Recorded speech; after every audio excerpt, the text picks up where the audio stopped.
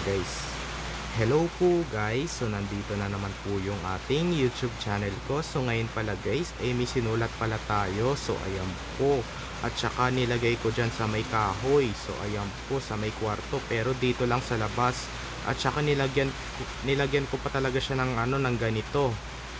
Ayan, yung parang tornilyo. So hindi ko kasi alam kung anong tawag dito. Ayan, yan sa papel. So ito guys ang gagawin natin. Ito. Ayan, November 1, 2024. 9 days na lang bago mag-undas. Ito, December 25, 2024. 63 days na lang bago magpasko.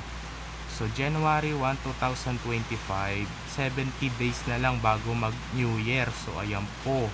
Ayan, sinulat ko guys. So, kasi ganito naman din yan guys. Ganito.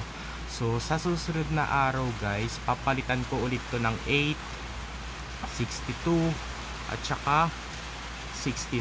So ayan po, sa susunod na araw-araw ko yan papalitan. Kahit malapit na rin ang undas at saka Pasko tsaka bagong taon. Kasi ngayon guys, ang date na rin po ngayon ay October 23, 2024. So ayan po. Ayan guys, hindi nyo naririnig sa yero namin pumapatak. Kaya dahil guys, may bagyo. So ayan po, may bagyo kasi ngayon guys. Kasi ngayon kasi hindi tayo nakapasok gaganina guys Hindi tayo nakapasok gaganina. Pero bukas guys hindi na naman tayo makakapasok nito. Kasi gaganina nag-review tayo. Yung yung sa subject natin na nireview natin sa may Pilipino, English, Mathematics, Araling Panlipunan. So apat na subject lang yung nireview natin.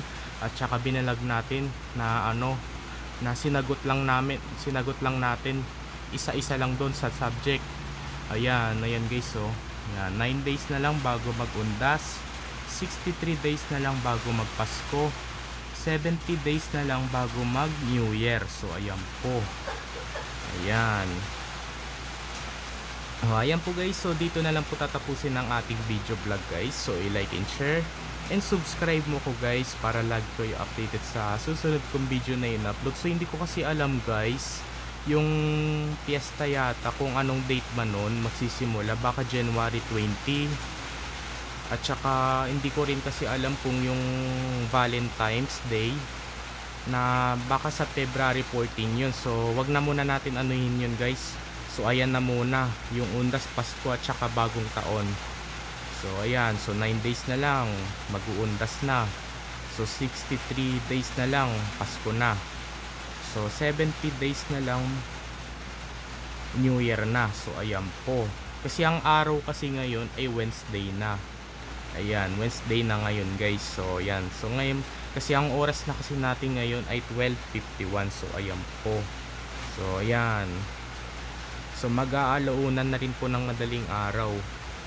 Ayan, so ayan po guys, bye, yun lang.